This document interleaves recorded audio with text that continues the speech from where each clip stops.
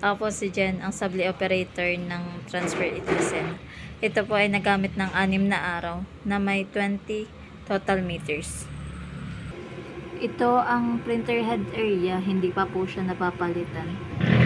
Ang capping naman ay 100% good condition pa po. Head clean.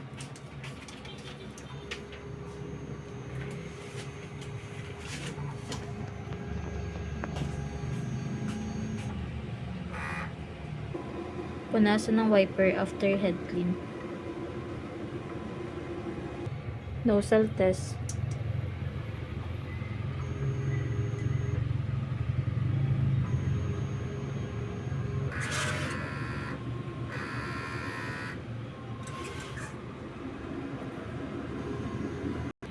Ang ink system naman ay tama lang. Ang waste tank ay nalinis kanina. AVR at ground wire. Nandito naman ang stocks namin ng used, unused, at film. Ito naman po ang daily output namin at printer checklist. Thank you po.